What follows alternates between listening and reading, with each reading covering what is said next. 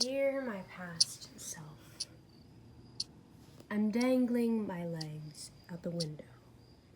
If that stain on the crown of the room was alive like it once was, a voyeuristic roach would have a lot to say about how much time I've spent in this spot, in the heat, unbuttoning collars and freeing myself from elastic waistbands.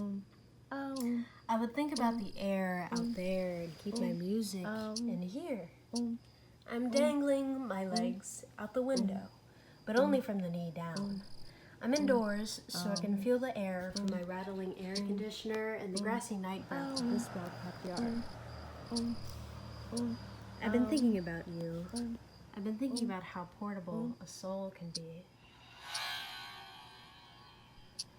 As much as I want to wrestle you in making better decisions, I would just like to appreciate how you did. At a time like that, you were barbed wire trapped and rose petal loved, and it's so easy to get distracted by how both textures felt in between your fingers.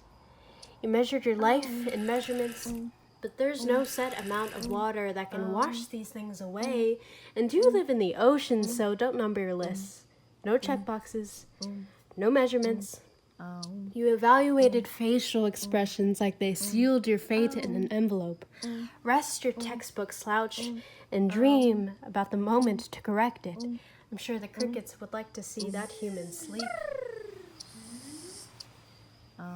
Things are different now. Not in the way you always wanted, but we're arriving at acceptance. I remember the multiple trips in the mirror after a sip of water, but in the same mirror, in my room, your room, the love of your life dipped his fingers in your deceitful narrative and wrote his name in negative dust on the mirror. And this somehow translates to you are beautiful and multidimensional, and whether or not you're aware you're in frame, I love this person. Someone loves this person. You wouldn't recognize his name, but you know it like you know Lennon. We're arriving at acceptance. You don't really drive anywhere anymore. The sidewalk endures you. You like to walk in rhythm, performing for the wind chimes and laurel cats, and this somehow relates to your field of study perfectly. And your web of attention elastically drew you closer to speaking in dreams and one-liners, but you spun out of control enough to learn to nourish time, float above it. Because you still sit crisscross applesauce on stools, you still pull this cheap trick of getting people to listen to you. Your throat and your few eyes are beaming while you rest, so don't fear darkness. You know which spots make the floors creak.